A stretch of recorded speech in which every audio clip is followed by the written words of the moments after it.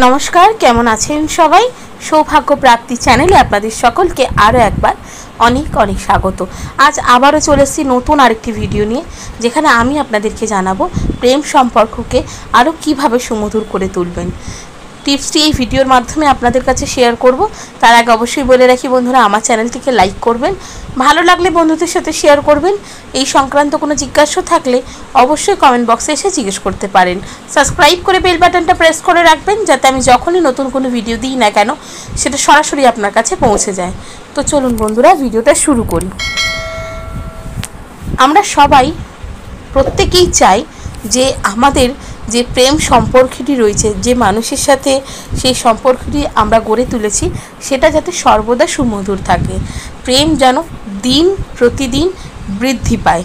তাই সেই প্রেমটাকে বৃদ্ধি করতে এবং সর্বদা সেই প্রেমকে টিকিয়ে রাখতে এবং সুমধুর করতে একটা অত্যন্ত গুরুত্বপূর্ণ টিপস আপনারা কিন্তু ফলো করতে পারেন।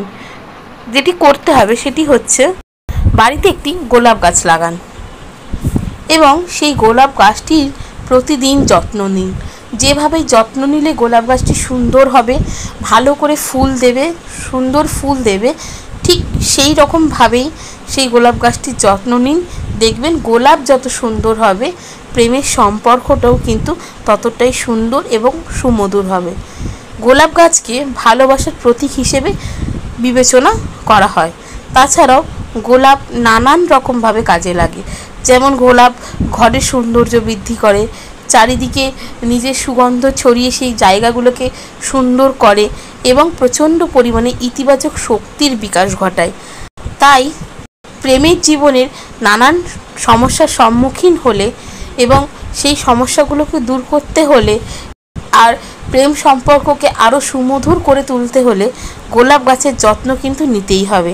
গোলাপ গাছের যত্ন নিলে কিন্তু প্রেমের যদি কোনো রকম কোনো সমস্যা হয়ে থাকে, নানান রকমভাবে যদি প্রেম টিকছে না, বারংবার যার সাথেই প্রেমে পড়ছেন বারংবার ঝগড়া হচ্ছে, 2 মাস 1 মাস থাকার পরে সেই মানুষটার সাথে ব্রেকআপ হয়ে যাচ্ছে, তাহলে কিন্তু এই উপায়টি আপনারা করে দেখতে পারেন।